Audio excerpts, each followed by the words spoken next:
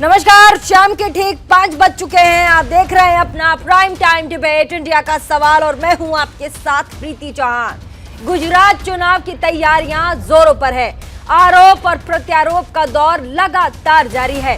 हर ओर शोर है कि गुजरात में कौन काबिज होगा, किसकी सरकार बनेगी, जिसे धुआंधार प्रचार और ताबड़तोड़ रैलियां जिस तरीके से की जा रही हैं, चुनाव की कमान बड़े बड़े दिग्गजों ने संभाल रखी है। भाजपा जहां अपने 27 सालों के अभेद किले को बचाने के लिए हर संभव प्रयास कर रही है, तो वहीं आम आदमी पार्टी ताल ठोक रही है कि अब की बार उनकी सरकार बनने जा रही है। लेकिन इन सब में असदुद्दीन ओवैसी का विवादित बयान आता है और ये कहते हैं वो कि भाजपा जिनका टैगलाइन है सबका साथ सबका विकास, तो गुजरात में मुसलमानों का क्यों नहीं विकास, क्यों नहीं एक भी कैंडिडेट जो भाजपा में जिन्हें टिकट दिया गया है उनमें से एक भी प्रत्याशी मुस्लिम है।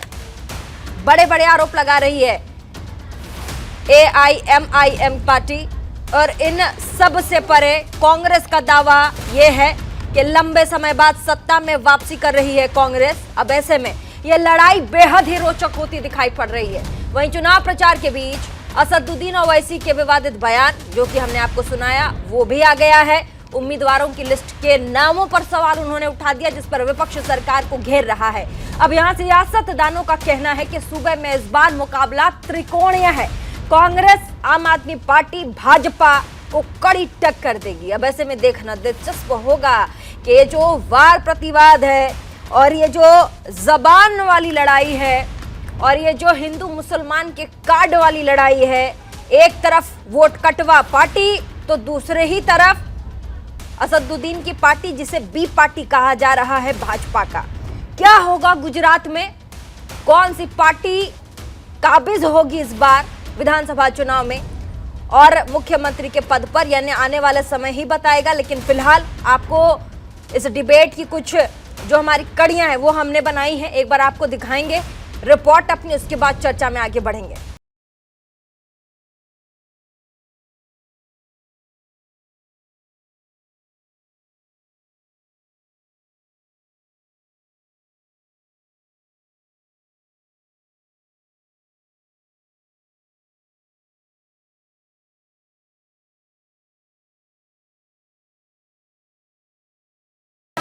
पूरे गुजरात में बदलाव की आंधी आ रही है। परिवर्तन परिवर्तन परिवर्तन।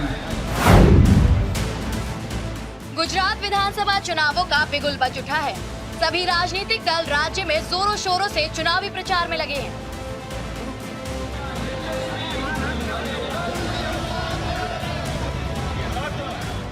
एक दिसंबर और 5 दिसंबर वो तारीखें हैं जब गुजरात की जनता तय करेगी कि उसका अगला राजा कौन होगा और किसे वो राज्य से बाहर का रास्ता दिखाएगी।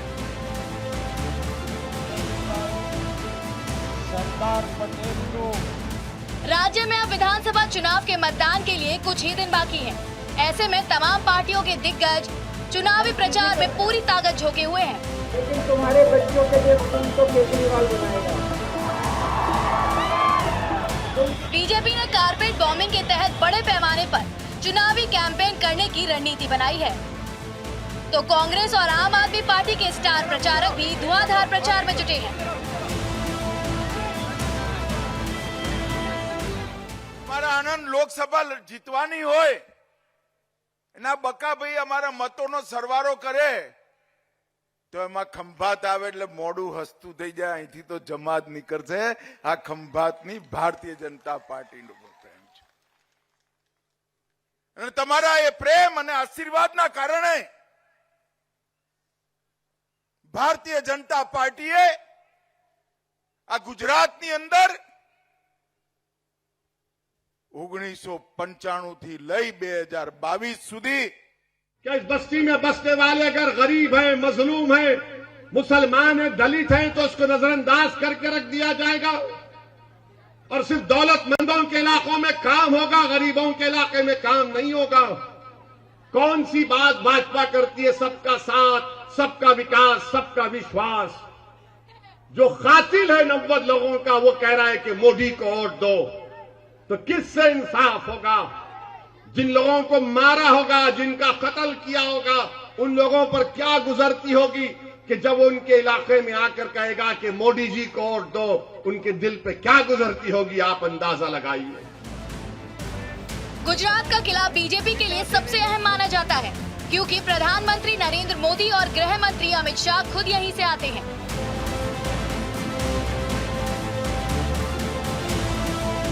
सत्ताईस सालों से बीजेपी यहां सत्ता में बैठी है और ये बीजेपी की नाक की शाख भी है, लेकिन इस बार ये मुकाबला त्रिकोणीय होता नजर आ रहा है। तो मुकाबला एक तरफा है, भाजपा ही भाजपा, और मुझे लगता है कि अब की बार गुजरात इतिहास बनाने वाला है। सबसे बड़ी जीत, सबसे बड़े अंतर के साथ जीत, चाहे वो मत प्रतिशत की बात कहें, चाहे हम सीटों की बात कहें। और उसकी वजह है कि गुजरात का जो डेवलपमेंट का मॉडल जिस प्रकार से लोगों के दिल दिमाग में आज बैठा है, लोग उसको आगे बढ़ाना चाहते हैं। बीजेपी कांग्रेस के अलावा दिल्ली की सत्ता को संभाल रही आम आदमी पार्टी की निगाहें पंजाब के बाद अब गुजरात पर आकर टिकी हैं। बदलाव की आंधी आ रही है, परिवर्तन परिवर्तन परिवर्तन। आप अपने दायरे को बढ़ाने में लगी है। ऐसे में सीएम केजरीवाल अपने महारथियों के साथ बीजेपी के किले को भेदने की पुरजोर कोशिश में है। झाड़ू का बटन दबाना है, झाड़ू झाड़ू झाड़ू।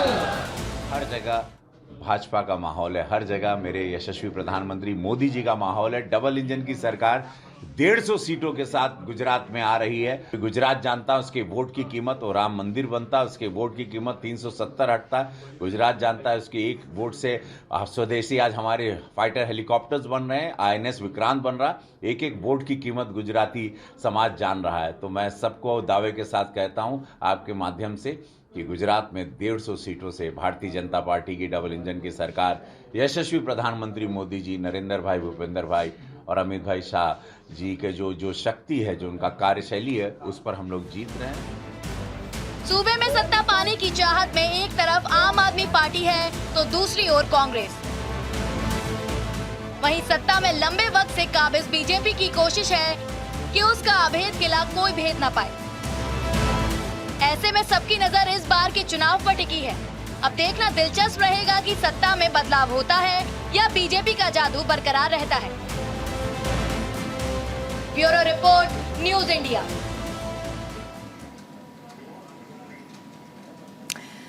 तो गुजरात में इस वक्त चुनाव की गाड़ी, चुनाव प्रचार की गाड़ी जिस तरीके से आगे बढ़ रही है, अब देखने वाली बात होगी कि जितनी राजनीतिक पार्टियां हैं उनके चुनाव प्रचार वाली ये जो गाड़ी है वो कहां जाके थमेगी। आज बातचीत करने के लिए हमारे साथ प्रगतिबेन अहीर, प्रवक्ता कांग्रेस की, हमारे साथ जुड़ चुकी हैं। आपका स्वागत।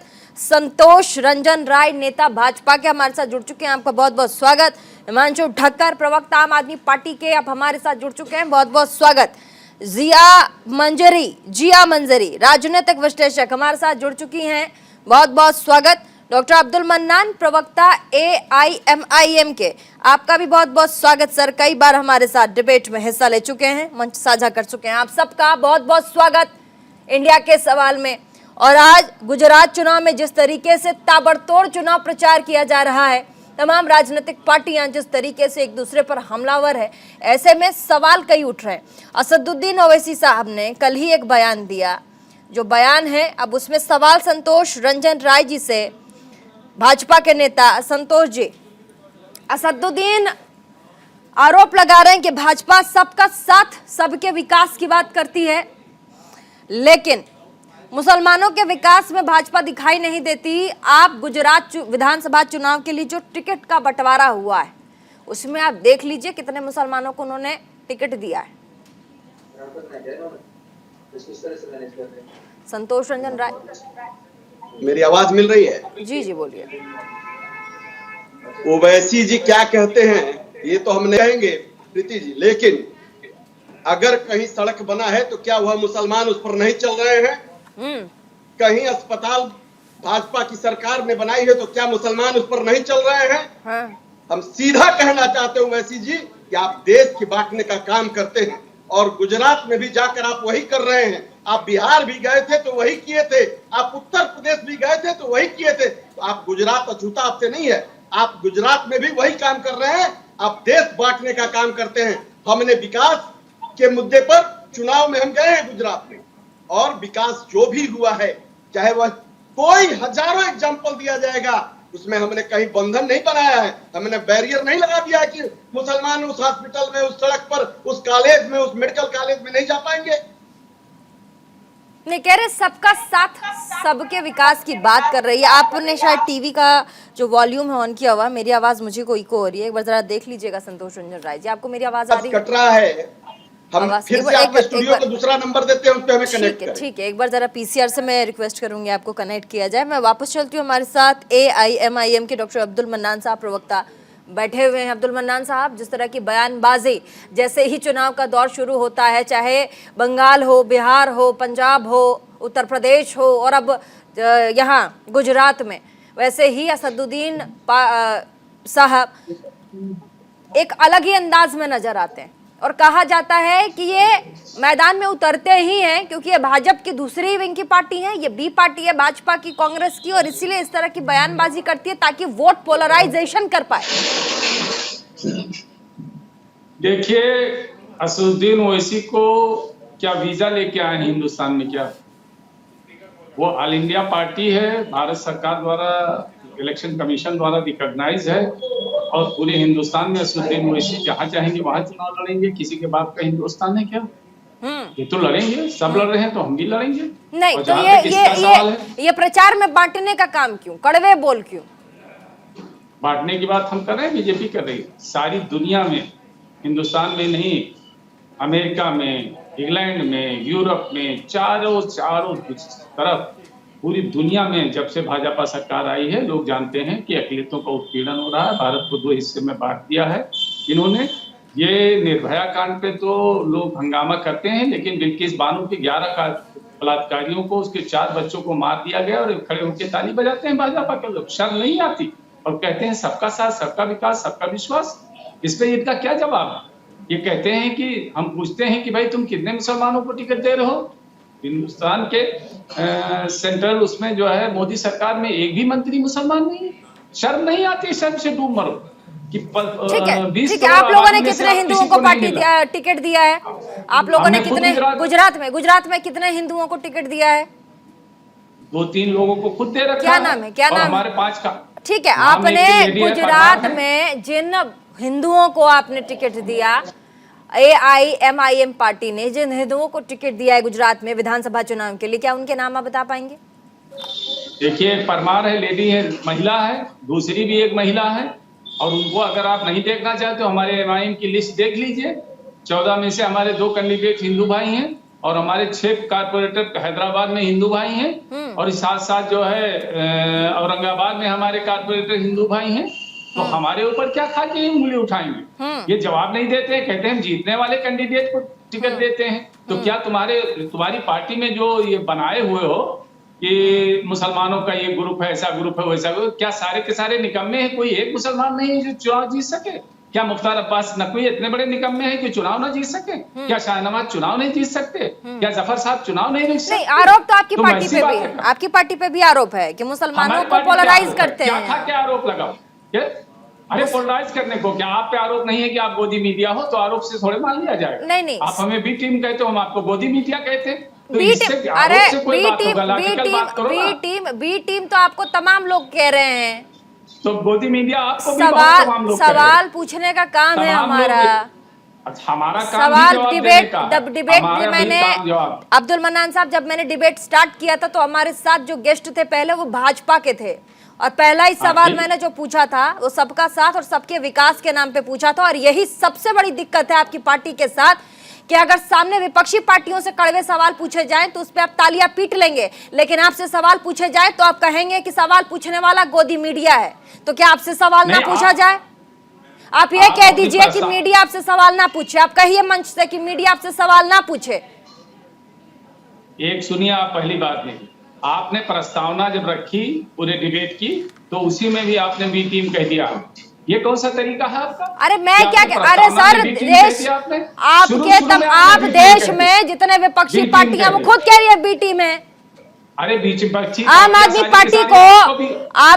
पार्टी को असदुद्दीन ओवैसी कहते हैं कि ये है छोटा टिकट है, आम आदमी पार्टी वोट कटवा पार्टी है। हाँ, छोटा रिचार्ज है, छोटा रिचार्ज है। नहीं तो आप बड़ा अच्छा बोल रहे हैं, आप बड़ा अच्छा बोल रहे हैं, दूसरे लोग बोले तो वो गोदी मीडिया हो गई। नहीं गोदी मीडिया क्या, हम बी टीम है क्या? अगर हम बी टीम है पूछिए ना, आप तो छोटा टिकट बोले हैं और आपको कोई ना बोले बी टीम। रिचार्ज, छोटा रिचार्ज तो हम कह ही रहे हैं उसको, और आपको कोई ना बोले बी टीम, और आपको कोई बी टीम ना बोले। तो आपको वोट पोलराइज कर रहे हैं, ये आपसे कोई सवाल ना पूछे। तमाम लोग जितनी पार्टियां बस उन्हीं से सवाल पूछे, तमाम जितने राजनीतिक पार्टियां उनसे कड़े सवाल पूछे, बस आपकी पार्टी से सवाल ना पूछे।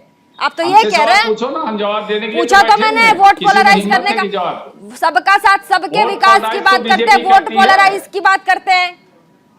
अरे भाई आप थोड़ी दिमाग लगा के बात ठीक है, हमारे साथ आम आदमी पार्टी के भी गेस्ट हमारे साथ हैं। और सर, डिबेट प्रीति चौहान का है, दिल दिमाग और देश के प्रति समर्पण लेकर के डिबेट करते हैं सर, ठीक है?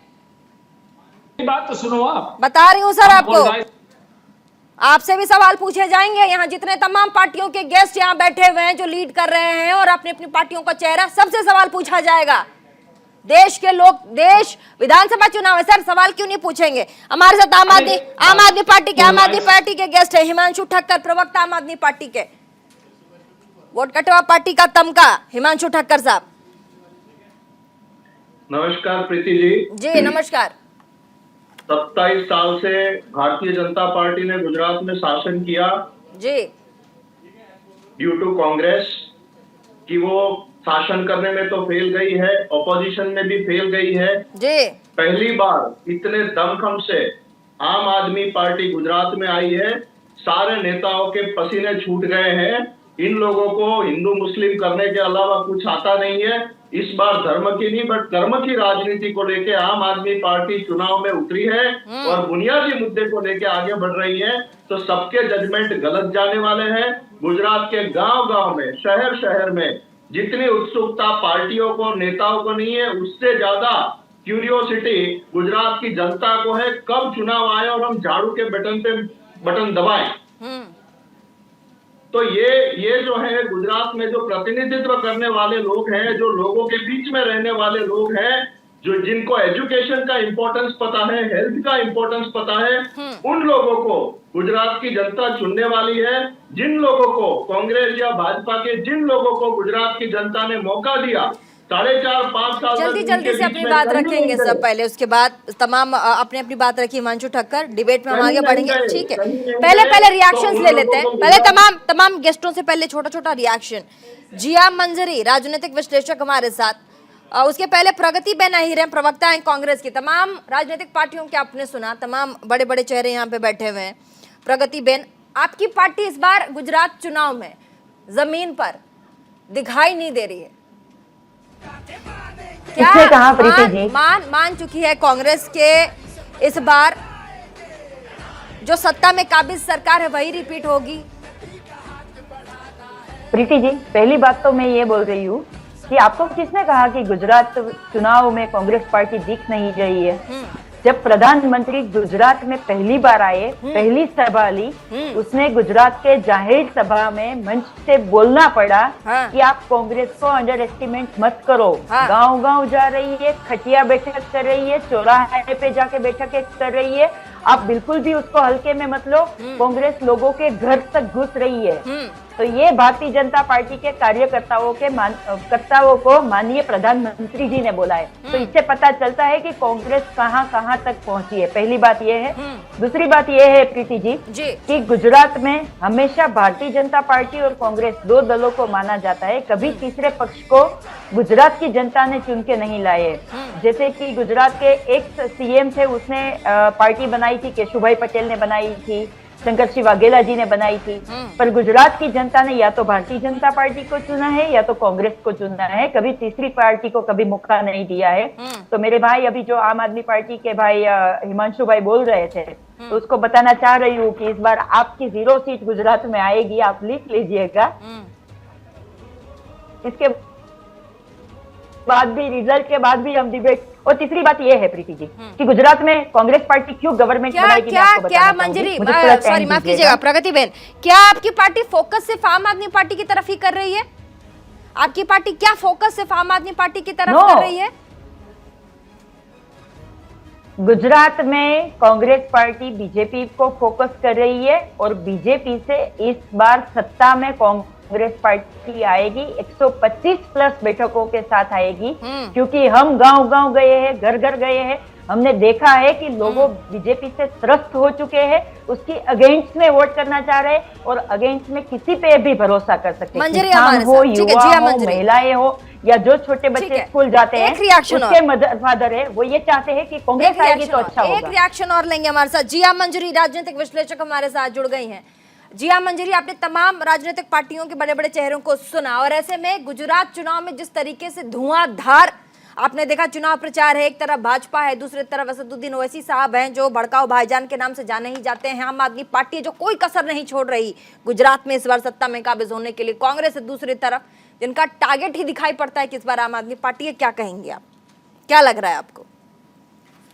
देखिए, ये छींटाकशी और ताना जो कि तो होती रहती है, लड़ाई झगड़ा चलता है इस प्रकार से जो चल रहा है और काफी मजेदार है जनता के लिए देखने के लिए। किंतु जैसा कि बताएं, आम आदमी पार्टी की जो स्थिति है अभी, बहरहाल सत्येंद्र जैन का केस देख लीजिए, गुलाब सिंह का केस देख लीजिए, तो हालत बहुत खस्ता है, क्योंकि सारे दर्शक जो दर्शक है वही वोटर है आने वाले, और वो देख रहे हैं स्थिति की क्या स्थिति है कि तो मुझे उतनी मजबूती नहीं दिखती आम आदमी पार्टी की गुजरात में।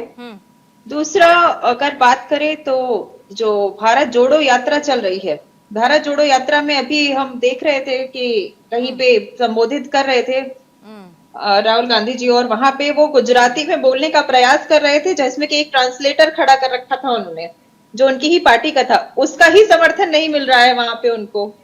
तो बड़ी थोड़ी सी मतलब हिलती डुलती सी स्थिति दिख रही है।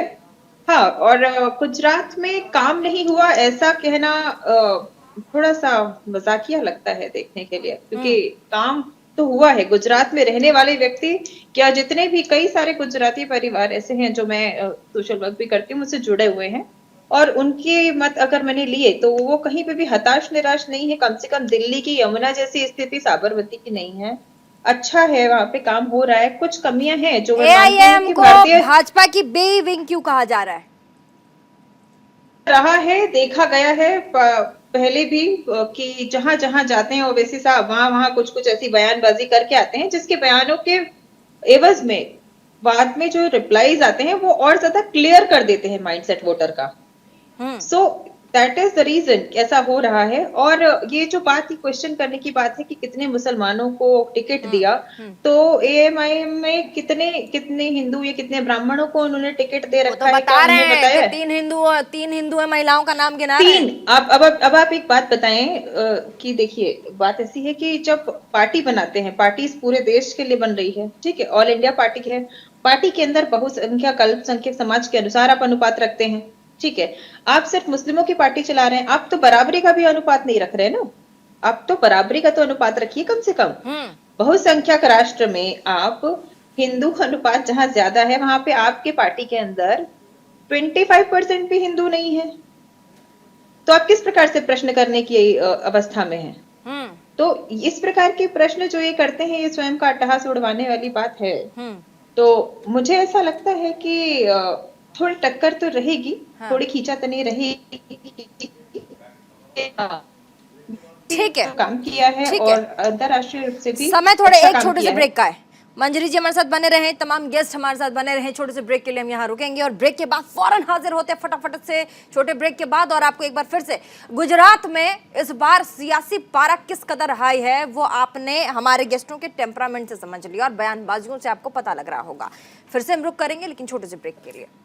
ब्रेक के बाद एक बार फिर से स्वागत है आपका इस वक्त के यानी कि प्राइम टाइम डिबेट में, इंडिया के सवाल में, और तमाम गेस्ट हमारे साथ पैच हैं। एक बार फिर से हम वापस जाएंगे डिबेट में। शुरुआत संतोष रंजन राय के साथ, भाजपा के नेता, आवाज नहीं आ रही थी, अभी उम्मीद करती हूं आपसे संपर्क साधा जा सकता है। संतोष रंजन राय, आप हमें सुन सकते हैं? ठीक है, संतोष रंजन राय जी, आपको आवाज आ रही है मेरी? जी आ रही है। अब्दुल मन्नान साहब कह रहे हैं कि वोट पोलराइजेशन और साथ में धर्म और राजनीति को जोड़ने की बात और लोगों को हिंदू मुसलमान की बात भाजपा करती है। देखिए प्रीति जी, जब भी चुनाव आता है इस माहौल को ये लोग बनाने का प्रयास करते हैं। हम तो, हमारा जुमला नहीं है सबका साथ सबका विकास, हम तो जो कहते हैं वह करते हैं, वह करके हमने दिखाया है। ये लाख विरोध किए, हम उत्तर प्रदेश में दोबारा सरकार में आए, जोगी जी के नेतृत्व में, देश में प्रधानमंत्री जी के नेतृत्व में भी हम दोबारा सरकार में आए, गुजरात में लगातार हम आ रहे हैं सरकार में। कोई जगह नहीं है इनके लिए, अब खोटी दलील देते रहेंगे। जनता सजग है, जनता जानती है कि हमें विकास के साथ जाना है। यह नहीं है कि जो अलगाववाद की बात करे अपना गाल सिर्फ बजाए, जो चाहे कि क्षेत्रवाद और इसकी बात, यहाँ राष्ट्रवाद की बात हो रही है इस देश में। अब क्षेत्रवाद का मुद्दा सब खत्म हो गया है और राष्ट्रवाद के मुद्दे पर नरेंद्र मोदी जी के नेतृत्व में देश चल चुका है।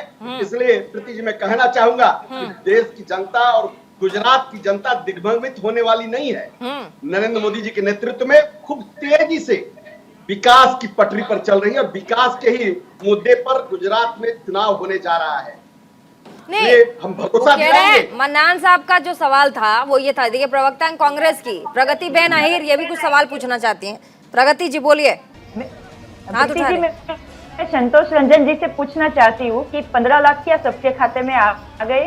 संतोष रंजन राय जी जरा ऊंचा बोलिएगा। को क्या नौकरी मिल गई? गुजरात में घूम लीजिए, 2 करोड़ युवाओं को नौकरी मिली तो बीजेपी पर। गुजरात में आज तक कोई एक मेडिकल कॉलेज बना है? तो भारत जोड़ रहा है। गुजरात में आजकल कोई मेडिकल कॉलेज बना है अभी तक?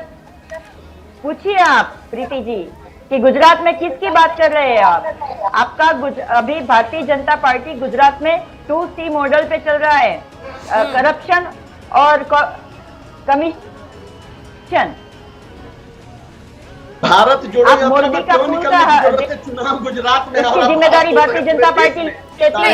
इससे पहले सूरत में आदमी 50 से ज्यादा बच्चे प्रगतिबेन कांग्रेस के वो नेता, वो विधायक जिनको जनता चुन के विधानसभा के दरवाजे तक पहुंचाती है, जब वही अपने दल को छोड़ करके भाजपा में शामिल हो जाएं, तो फिर कैसे अब जनता पर, आपकी पार्टी पर भरोसा करेगी? उनको तो लगेगा हम वोट देके जिता देंगे, वापस जाके भाजपा में शामिल हो जाएगी। प्रगतिबेन।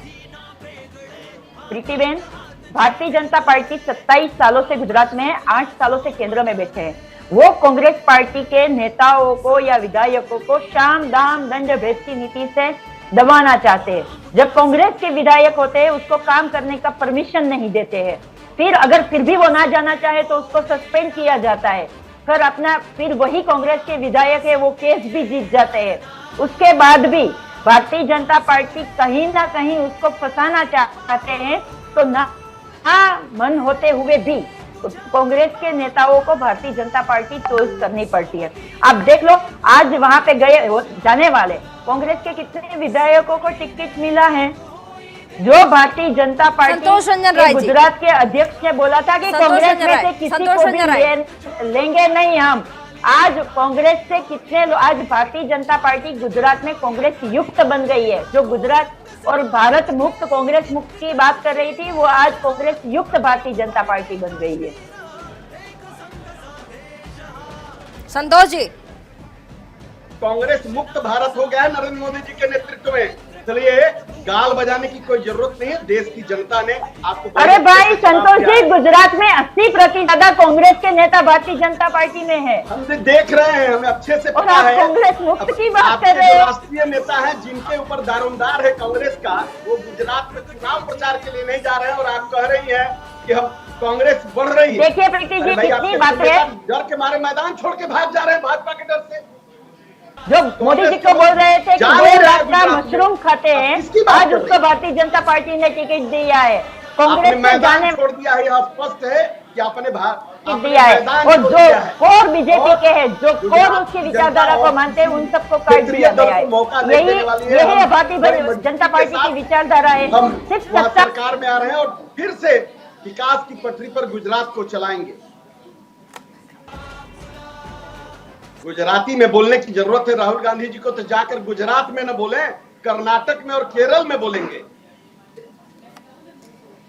हमारे साथ हिमांशु ठक्कर साहब भी है। ये जो छोटा टिकट का तमगा दे रहे हैं, छोटा रिचार्ज का जो तमगा दिया जा रहा है, हिमांशु ठक्कर साहब क्या कहेंगे आप? भड़काऊ भाईजान की पार्टी आम आदमी पार्टी के लोगों को कहे कि ये तो छोटा रिचार्ज है और ये सिर्फ वोट काटने का काम करेगी। ओवैसी साहब की पार्टी है। मैं बता दूं, जब अहमदाबाद आए थे तो भारतीय जनता पार्टी के नेता उनकी पार्टी ऑफिस मिलने गए थे, कौन सा एमओयू करने गए थे वो बता दें। हमारी बहन प्रगति बहन ने बोला इतने वो अपने जो एमएलए उनको भी सस्टेन नहीं कर पाए। गुजरात की जनता ये समझ गई है कि कांग्रेस को भी वोट देंगे तो वो कल बीजेपी में चला जाएगा। दोनों मिलके ये काम कर रहे हैं एक दूसरे का। आपने मेडिकल कॉलेज की बात करी, मेडिकल कॉलेज तो छोड़ो, एक सरकारी स्कूल भी ढंग का नहीं बना पाए। प्रधानमंत्री जी को फोटो खिंचवाने के लिए फैब्रिकेटेड स्कूल खड़ी करनी पड़ी थी। तो केजरीवाल मॉडल ऑफ गवर्नेंस के सामने गुजरात का मॉडल फेल हो चुका है। ये डबल इंजन सरकार नहीं है, बबल इंजन सरकार है। और गुजरात की जनता इतनी नाराज हो चुकी है कि हिमाचल प्रदेश में जाके आप 125 यूनिट फ्री बिजली दे रहे हो। गुजरात की जनता जिन्होंने आपको इतना बड़ा बनाया, यहाँ तक पहुँचाया, गुजरात की जनता को आज तक कुछ नहीं मिला है। और गुजरात की जनता ये भी जानती है छोटा रिचार्ज क्या? छोटा रिचार्ज क्यों कह रही है? छोटा रिचार्ज क्यों कह रही है? ये सब हवा निकल जाएगी, ये सब हवा निकल जाएगी। प्रगति बहन ने ये जो दिया केशुभाई पटेल का और शंकर सिंह जी वाघेला, तो उनको पता होना चाहिए कि ये कोई इंडिपेंडेंट पार्टी नहीं थी, वो भारतीय जनता पार्टी में से ही निकली हुई प्रोडक्ट थी सब, और कांग्रेस से निकली हुई प्रोडक्ट थी। इतने दमखम के साथ अगर गुजरात में कोई पार्टी आ रही है, कोई विकल्प, कोई अल्टरनेट गुजरात की जनता को मिला, एक उम्मीद मिली है, तो वो आम आदमी पार्टी है। मन्नान साहब, छोटा रिचार्ज का तमगा क्यों दे रहे हैं आप? भाई छोटा रिचार्ज का तमगा ये दे रहे हैं कि आम आदमी पार्टी के लोग बहुत बड़ी बड़ी बातें बोलते हैं। हाँ। लेकिन आज इसी डिबेट शो में बैठे हुए हैं, बता रहे बिल्किस बानो के मुद्दे पर ये जबान क्यों नहीं खोलते हैं? हाँ। जबकि ये निर्भया कांड में बहुत ज्यादा हंगामा कर रहे थे दिल्ली में, बिल्किस बानो के नाम पर ये क्यों नहीं बोल रहे हैं? इनसे पूछो इनका इशू की एजेंडा क्या है। और दूसरी बात है कि इतने पढ़े लिखे होकर अरविंद केजरीवाल और कह रहे हैं कि नोट पर लक्ष्मी जी की फोटो छाप दिया जाएगा तो यहाँ की जो है गरीबी दूर हो जाएगी। और ये जो है जितने भी एजेंडे हैं इनके, और दिल्ली में जितना कोरोना निकाल रहे थे, मरकज से निकाल रहे थे, तो ये छोटे रिचार्ज नहीं है तो क्या? अगर नरेंद्र मोदी जी बड़े रिचार्ज है तो ये छोटे रिचार्ज है। अच्छा। और इनका काम ही क्या है? ये इनका मुद्दा ही यही है। अच्छा, पूछिए इनका, इसी डिबेट में इनसे पूछिए ना कि बिल्किस बानो पे ये बोले, अपनी जबान खोले। हिमांशु ठक्कर साहब सुन रहे हैं आपको? सुन रहे हैं हिमांशु ठक्कर? तो कहिए जबान खोले बिल्किस बानो के मुद्दे पर। ये छोटे रिचार्ज नहीं है तो कौन है? और लक्ष्मी जी की फोटो छापने से क्या गरीबी दूर हो जाएगी? पूछो इनसे। हिमांशु ठक्कर पूछे ना। आम आदमी के लोग बताओ, ने कभी कोई गलत लोगों की तरफदारी नहीं की है। जो दोषी थे उनको सजा मिलनी चाहिए। आम आदमी पार्टी बलात्कारियों को सजा मिलनी चाहिए कि नहीं मिलना चाहिए? बलात्कारियों को सजा मिलनी चाहिए कि नहीं मिलनी चाहिए? बिल्किस बानो के हत्यारों को सजा मिलनी चाहिए कि नहीं? बोलिए, इससे इनसे बोलो। अगर करप्शन कम हो सकता है, लोगों को सात्विकता मिल सकती है वो इमेज देख के, आज हम क्यों घर में भगवान की मूर्ति क्यों लगाते हैं? हमारे दिमाग में जो चीज सामने आती है ऐसी सोच आती। आज हम नोट पे लक्ष्मी जी और गणेश जी की मूर्ति देखेंगे तो हमको वही सात्विक सोच आएगी, सात्विक विचार आएगा जो करप्शन कम करेगा, लोगों को गलत काम करने से रोकेगा। तो उसमें गलत क्या है? भारतीय जनता पार्टी के तो धर्म के नाम पे वोट मांगने वाले लोग थे, वो इससे बेनकाब हो चुके थे, वो अपोजिशन पे आ गए थे। तो ये तो आप नरेंद्र मोदी जी के पिच पे खेल रहे हो। जैसे नरेंद्र मोदी जी कहते थे थाली बजाओ ताली बजाओ तो कोरोना भाग जाएगा। तो साइंस तुम्हारी, मोदी जी की साइंस और केजरीवाल जी की साइंस दोनों की एक ही जैसी है। एक कहता है थाली बजाओ ताली बजाओ तो कोरोना भाग जाएगा, दूसरा कहता है लक्ष्मी जी की फोटो लगा दो तो वहां से गरीबी दूर हो जाएगी। तो आप तो छोटा रिचार्ज हुए। नोटबंदी पूरे दुनिया के इतिहास में सबसे बड़ा कौभांड है। मैं पूछ कुछ रहा हूँ, बोल कुछ रहे हैं। नहीं बताए क्या पूछ रहे हैं? मैंने जवाब दिया आपको। मैं पूछ रहा हूं कि बिल्किस बानो के 17 बलात्कारियों को सजा मिलनी चाहिए कि नहीं मिलनी चाहिए?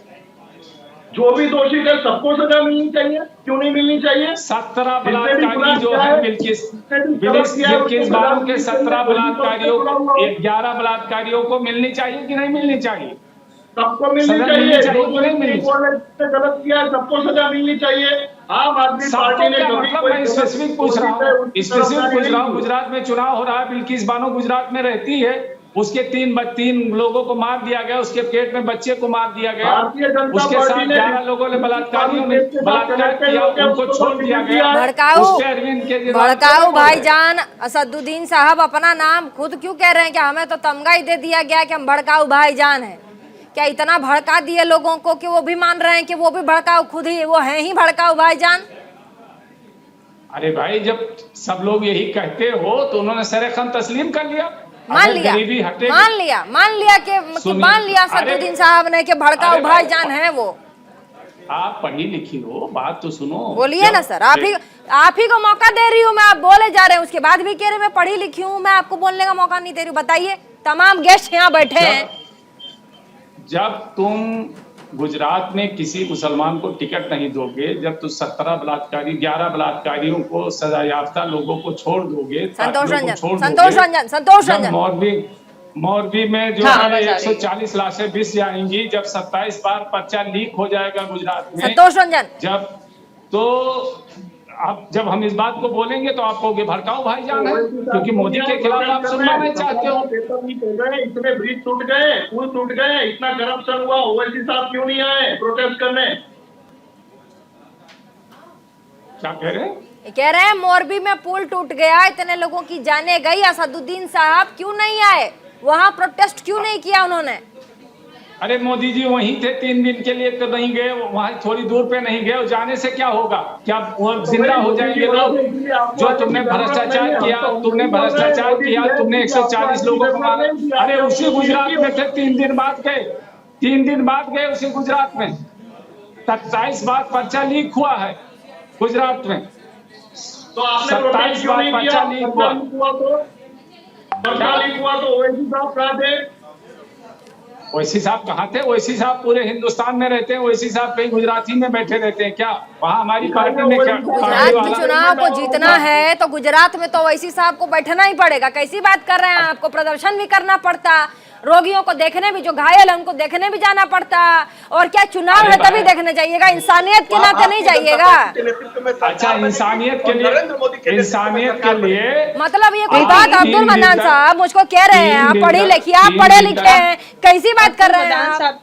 अरे कोई भी हो, आप देखने, आपकी पार्टी असदुद्दीन देखने जा सकते थे कि नहीं? अरे राजनीति करने के लिए क्यों नहीं गए? उसी गुजरात में थे, मोदी क्यों नहीं गए 3 दिन तक? उसी गुजरात में थे, कितना टाइम लगता जाने? जिया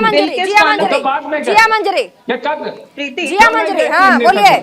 देखिए बिल्किस बानो का नाम लेकर के जो ये यहाँ पे असदुद्दीन जवाब दे रही है। जिया मंजरी सुनिएगा, अभी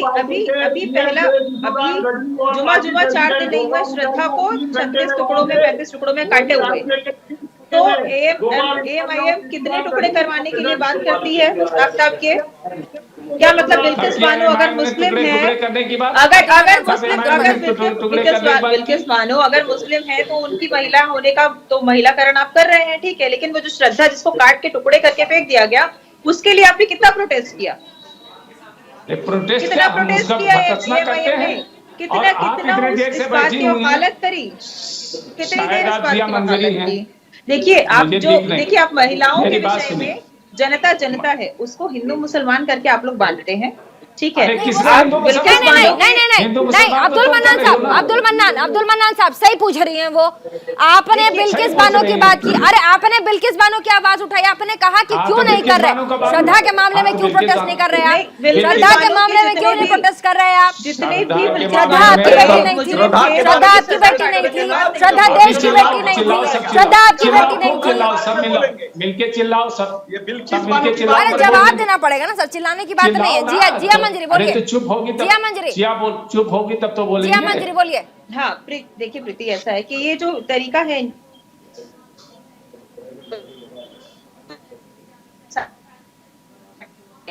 वो लड़का जिसने कर दिए उस प्रोटेस्ट करेंगे ना, यहाँ बैठ करके बोलेंगे से कोई लेना देना नहीं है। संतोष रंजन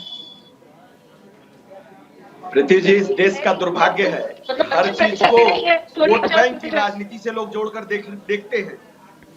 आज श्रद्धा के लिए न आपके नेताओं ने बोला है, न एआईएम ने बोला, न कांग्रेस के लोगों ने बोला, लेकिन बिल्किस बानो की बात आज याद आ रही है चुनाव के समय। इनको हम कहना चाहते हैं, बहुत ही गंदी राजनीति इस देश में किया जा रहा है। देश की चुनाव जीतने के लिए समझ लिया, भड़काने का काम मत कीजिए। कर बोलते हैं तो सभा पर भी बोलिए। बिल्किस बानो की कहां से बात आ रही है? छोड़ के शर्म नहीं आती?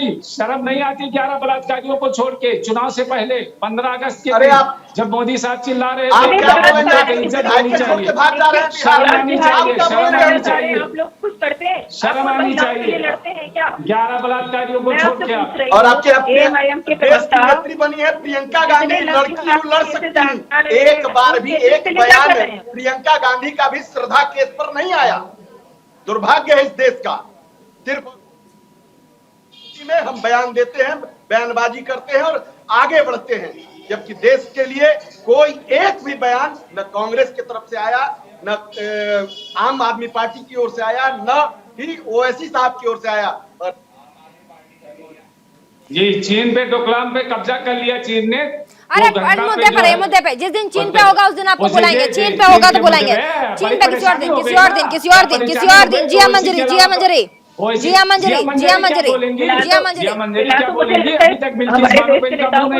पढ़ाई करने की ये जो इतने भी एनालिस्ट होते हैं, ये सब के सब जो है बीजेपी से डरे हुए लोग मोदी से डरे हुए लोग होते हैं। ये बोलेंगे क्या? इतने देर तक इन्होंने बिल्किस पर नहीं बोले, इनकी जबान नहीं आपसे जो प्रश्न ये बहुत बड़ी महिला एक्टिविस्ट है, इन्होंने बिल्किस बानो के लिए नहीं बोला।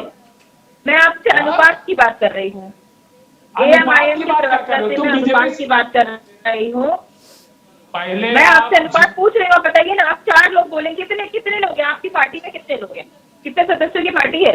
100, 200, 300 की पार्टी है, उसमें से कितने अनुपात में आप क्या हिंदू में? अच्छा, आप हिंदू मुस्लिम की बात करते हैं, दूसरों पे आरोप लगाते हैं।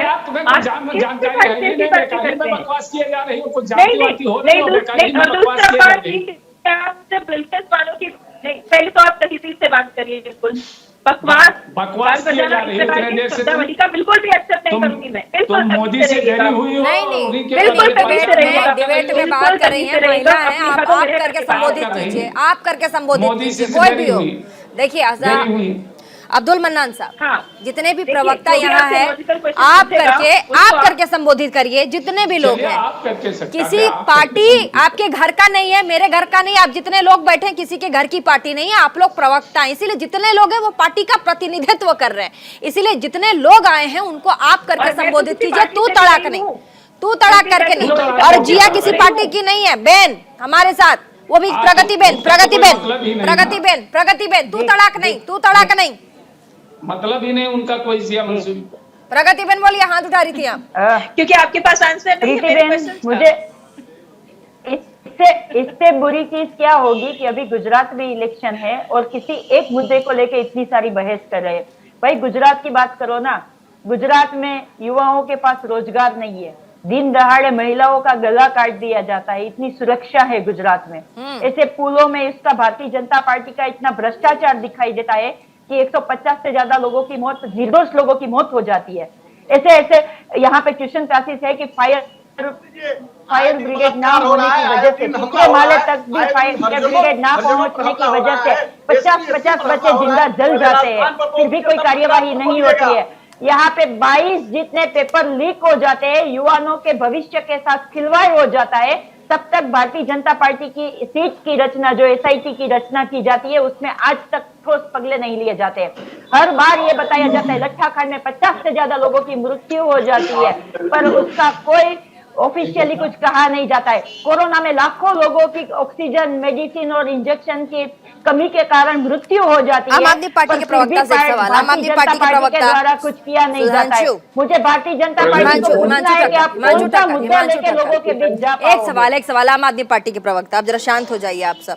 हिमांशु ठक्कर साहब, आपने बहुत सारे प्रॉब्लम्स बताए गुजरात के, मैं आपके साथ सहमत हूँ, बट आप ये बताइए कांग्रेस ने क्या किया इसमें? कांग्रेस के पास कोई सॉल्यूशन नहीं है। भारतीय जनता पार्टी को और दूर छोड़ दिए उन्होंने। 35 साल से जिन्होंने काम किया, नितिन भाई पटेल को घर पे बिठा दिया। हिमांशु ठक्कर, एक सवाल हिमांशु ठक्कर प्लीज अब जरा सवालों पे महत्वपूर्ण सवाल। हिमांशु ठक्कर, आम आदमी पार्टी के प्रवक्ता।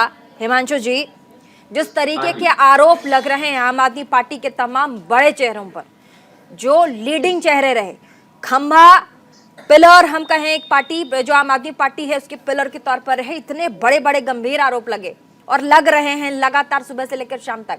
आपको लगता है ऐसे सिचुएशन में गुजरात में लीड कर पाना आम आदमी पार्टी के लिए और वहां की जनता को कन्विंस कर पाना, ये कर लेगी आम आदमी पार्टी आरोप लगते हुए भी? प्रीति जी, आरोप लगाना और किसी को भी पकड़ के जेल में बंद कर देना, ये भारतीय जनता पार्टी का पेशा बन गया है। किसके आरोप सिद्ध हुए आज तक किसी को पता नहीं है। सत्येंद्र जैन के ऊपर आरोप क्या है, अभी हमारे नेता अरविंद केजरीवाल जी ने बताया, आज तक उनको पता नहीं है कि सत्येंद्र जैन का गुनाह क्या है। आप देखना इलेक्शन बाद फूट जाएंगे और बड़े चेहरे सब गुजरात में कैंपेन कर रहे हैं। हमारे ईशुदान भाई, हमारे गोपाल भाई लोगों के चेहरे हैं, लोगों ने उनका बहुत प्यार मिला है। राघव चड्ढा जी इतने इंटेलेक्चुअल है, आप उनका कोई भी रोड शो देख लीजिए। हमारे भगवंत मान जी, हमारे संजय सिंह जी, मतलब हजारों लोग आते हैं। सारी बातें ठीक है सर, सारी बातें ठीक है, लेकिन जो गुजरात की जनता, जो जनता के दिमाग में है, आप हाँ बिल्कुल बोलिए। दूसरी बात, 1 मिनट दीजिए। बोलिए। आम आदमी पार्टी चेहरों की पार्टी नहीं है, चरित्र की पार्टी है। हाँ। तो आम आदमी पार्टी का काम ये नहीं है चेहरे बनाना। चेहरे बनाने का काम भारतीय जनता पार्टी ने बहुत कर लिया, इसका परिणाम पूरा देश भुगत रहा। हाँ। आम आदमी के चेहरे लोग बनाएंगे। ठीक है, मैं कह रही हूँ आप जितनी बातें कह रहे हैं वो ठीक है, वो एक जगह पे है। कैंपेनिंग, लोगों के जो मुद्दे हैं वो लोगों के बारे में सोचना, वो पार्टी जीतेगी तो वहां की जनता के लिए क्या करेगी। अभी फिलहाल जो चुनौती आम आदमी पार्टी के सामने ये है कि लगातार जिस तरीके से वीडियोस आ रहे हैं, लगातार जिस तरीके के आरोप लग रहे हैं, ऐसे में कैसे गुजरात की जनता को, क्योंकि चुनाव बहुत बड़ा है और लड़ाई वहां काबिज उस सरकार से है जो कि डबल इंजन की सरकार में, कैसे इस चुनौती से कैसे निकलेगी आम आदमी पार्टी, ये सवाल आम जनता भी। हाँ बिल्कुल, बोलिए। आम आदमी पार्टी के ऊपर आरोप लगाने के अलावा इन लोगों के पास कुछ भी नहीं है। आम आदमी पार्टी सीधी जनता से बात कर रही है, जनता की भलाई के लिए बता रहे हैं। जनता को 300 यूनिट बिजली दे रहे हैं, हर घर की महिलाओं को 1000 रुपया प्रति महीना सम्मान राशि दी जा रही है। 10 लाख लोगों को रोजगार दिया जाएगा। जब तक रोजगार नहीं मिलता है, हर महीने से 3000 रुपये उनको मोटिवेशन के तौर पे दिए जाएंगे। तो मुद्दे की बात है, हम आम लोगों की चिंता करते हैं, आम लोगों के लिए काम कर रहे हैं। तो आम आदमी पार्टी को कोई भी आरोप से कोई फर्क नहीं पड़ता। गुजरात की जनता को CR पाटिल चाहिए या ईशुदान गढ़वी चाहिए, गुजरात की जनता ने तय कर लिया है। ईशुदान भाई गढ़वी, आप उनका कैरेक्टर देख लीजिए, उनका मेरिट देख लीजिए। फाइनल कमेंट की तरफ जाएंगे। हमारे साथ AIM के प्रवक्ता है अब्दुल मन्नान साहब, शुरुआत उनसे करेंगे। फाइनल कमेंट मन्नान साहब, शुरुआत आपसे। देखिए, ऐसा है कि गुजरात के चुनाव में प्रीति जी मैं बता दूं कि आम आदमी का क्या हशर होता मैं नहीं जानता हूं, कांग्रेस का क्या हशर होगा नहीं जानता हूं, लेकिन जहां जहां हमसे बीजेपी का सामना पड़ेगा, बीजेपी हमसे हारेगी, धूल चाटेगी, हम इसी चुनाव में दिखा देंगे। गुजरात में जिस तरह से हमारे लोगों ने काम किया है, जहां जहां हमारे सामने बीजेपी पड़ेगी हम उसको धूल चटा देंगे। जी हाँ मंजरी, ये फाइनल कमेंट है। स्थिति भी काफी खराब है और जिस प्रकार से जातिवाद फैलाया जा रहा है, AMIM ने अभी तक गुजरात में जाकर कुछ काम तो किया नहीं है, ना ही यूपी में कोई काम किया था। तो बिना काम के जो दावेदारी हो रही है वो कितनी सफल होगी, कितनी सफल होगी वो पता नहीं। ये कहां से संतोष रंजन राय फाइनल कमेंट। संतोष रंजन राय फाइनल कमेंट, भाजपा के प्रवक्ता। देखिए, ना आपकी दाल गलेगी, कांग्रेस का मामला खत्म हो चुका है। हम 3 दशकों से गुजरात की जनता की सेवा कर रहे हैं, अब उस भरोसे पर आज फिर से चुनाव में हैं। हम थोड़ा ट्राइबल क्षेत्र में कमजोर थे, इस बार ट्राइबल क्षेत्र में भी 100% हम रिजल्ट देने जा रहे हैं। यही घबराहट का कारण है कि कांग्रेस के नेता राहुल गांधी जी मैदान ही छोड़ के भाग गए हैं, क्योंकि उसको वहां की जनता को इन लोगों ने दिग्भ्रमित करके रखा था, वह जनता भी आज हमारे साथ खड़ी है। हम ट्राइबल क्षेत्र में भी 100% रिजल्ट देकर गुजरात में फिर से नई सरकार के साथ ठीक है हिमांशु ठक्कर, 27 साल अगर गुजरात की जनता की सेवा की होती तो करोड़ों रुपए के हर गली के बाहर, हर मोहल्ले के बाहर करोड़ों रुपए के होर्डिंग नहीं लगाने पड़ते, इतने नेताओं को गुजरात में इतने चक्कर नहीं काटने पड़ते। एक ही आम आदमी पार्टी है, वो चैलेंज के साथ बोलती है हमको एक मौका दीजिए, अगर हमने काम नहीं किया तो दूसरी बार वोट मांगने नहीं आए। प्रगति बेन, फाइनल कमेंट। भारती, अगर आम आदमी पार्टी इतना भी बोल रही है तो हिमाचल में भी अपना दिखाना चाहिए था ना, क्यों हिमाचल छोड़ के आप गुजरात आ गए हो? वही बता रहे हैं कि आप भारतीय जनता पार्टी की बी टीम, सी टीम या डी टीम कोई भी बन के आ जाओ। इस बार जनता ने मन बना लिया है कि कांग्रेस पार्टी काम करती है, क्योंकि कांग्रेस पार्टी ने हर एक आंदोलन में सपोर्ट किया है, साथ दिया है। हम लोग जेल गए हैं, पुलिस की लाठियां खाई है और लोगों को वो पता है, इसीलिए इस बार कांग्रेस पे भरोसा करेंगे लोग और कांग्रेस की गवर्नमेंट यहाँ पे बनेगी। और यहाँ पे गुजरात में कांग्रेस की गवर्नमेंट बनने के बाद 2024 में भी कांग्रेस रिपीट। बहुत बहुत शुक्रिया तमाम मेहमान हमारे साथ इस डिबेट में जुड़े। तमाम पार्टी के प्रवक्ता ताल ठोक रहे हैं कि इस बार जो जनता है वो हमें वोट देगी और हम पर भरोसा करेगी, और जब रिजल्ट आएगा तो आपको पता चल जाएगा कि हमारी पार्टी ने आखिर जीत हासिल की या नहीं। लेकिन इन सब के बीच जिस तरीके से जबानी तलवार इस वक्त गुजरात के मैदान में, क्योंकि वहां विधानसभा चुनाव जिस तरीके से चलाई जा रही है वो बड़ा ही खतरनाक है। और ऐसे में देखना ये होगा कि गुजरात की जनता इन सब के बीच क्या ये जो जबानी तलवारबाजी है उसके फेर में आती है या फिर दिमाग लगाकर वोट करती है, देखना बहुत अहम होगा। जिस तरह से हमारे पास अपडेट्स आएंगी उसके लिए आप देखते रहिए न्यूज़ इंडिया 24/7। तमाम अपडेट्स छोटे छोटे चुनाव से रिलेटेड, देश और दुनिया की खबरों से रिलेटेड, वो हम आपको दिखाते रहेंगे। फिलहाल रुकेंगे छोटे से ब्रेक के लिए।